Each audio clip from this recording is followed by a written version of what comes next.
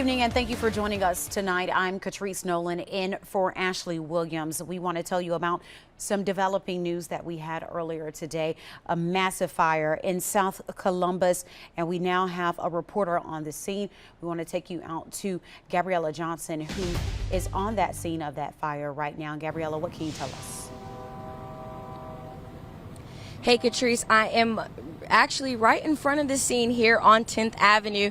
I'm going to step out of the way because what you can see is Columbus Fire and EMS and fire truck crews are out here outside of Schneitzer, which other people might know at Schneitzer still, but it's also known as Radius Recycling. And so what the fire that's currently being put out right now, or waiting to be put out, is a magnesium fire. If you can see that smoke farther out, it's a magnesium fire that the crews are waiting to go out because it's dangerous to try to put that out unnaturally. But we heard reports of this fire about 8:30, a large blaze coming from this area. If you could look at this cell phone video sent in by viewers, you can see this large blaze. Now, we have able to confirm that the fire is at Radius Recycling. That's what I was trying to convey. Now, according to this website, there are over 50 buildings all over the country. Now, people may also know the company as Schneitzer Steel. Once our crew got to the scene around 8:30, they were told to move back as far as officers have created. Now, a large perimeter around the building, and that's what they had to move out for. But since then, the roads of 10th Avenue, Victory Drive, roads that were closed off earlier, are now open. Now, this explosion, Fire Chief John Scholl tells us that there were no reports of injuries at the time, and that they brought in other people coming in from Fort Moore to help extinguish this fire. Now, I'm actually standing with Fire Chief Sal Scarpa, and he's going to explain and give us an update about what happened earlier.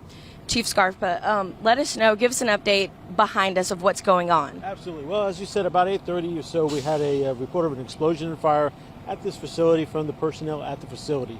Our crews arrived to find 3 separate fires that were burning.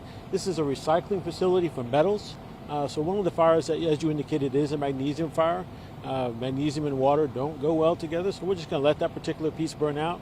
But there's no danger to the public. We don't expect any more explosions.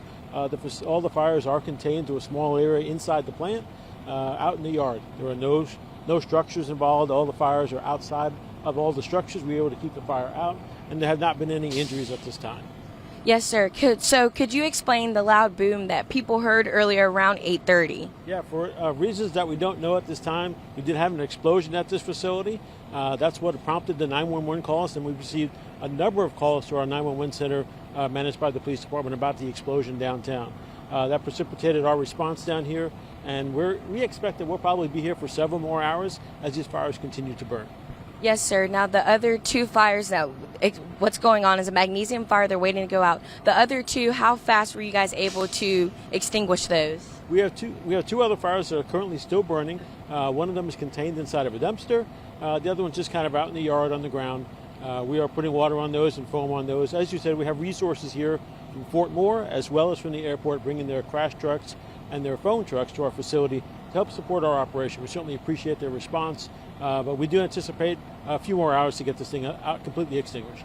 Yes, sir. And the apparatus that was brought in, can you kind of explain the extent of the fire and why you guys needed that? Sure. The Columbus Fire Department doesn't carry a whole lot of foam, and for a facility like this, we need a lot of foam to keep this fire contained.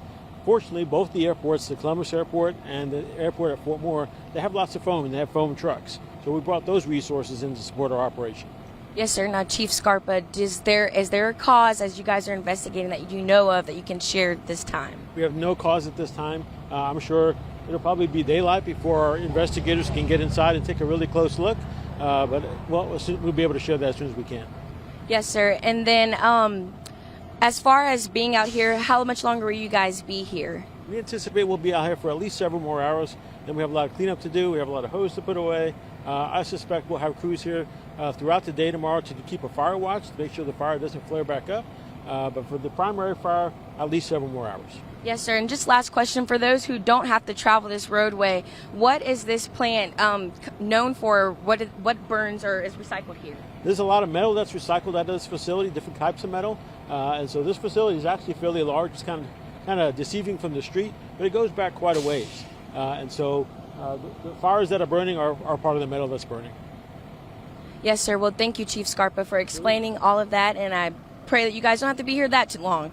But as you guys know, they'll be here at least until the early hours of the morning, until the magnesium fire extinguishes itself. But the roadways on 10th Avenue and earlier on Victory Drive and Casita Road, those are open and you guys can travel that way. But officers are asking as you come down this roadway to keep it moving. Back to you, Catrice. All right, thank you so much, Gabriella. Again, we're thankful that no one was hurt in that fire, and definitely that fire crews were able to contain the fire this evening. Thank you so much, Gabriella. Now take a look at an aerial view over the fire from Sky Alert 9. You can see multiple fire units were on scene battling this intense blaze. Take a look at that. You can see flames on several sides of your screen, and you can also see those flames lighting up the night sky. Again, thankfully, no one hurt in that fire. In other news, new reports of a more disturbing case out of Auburn.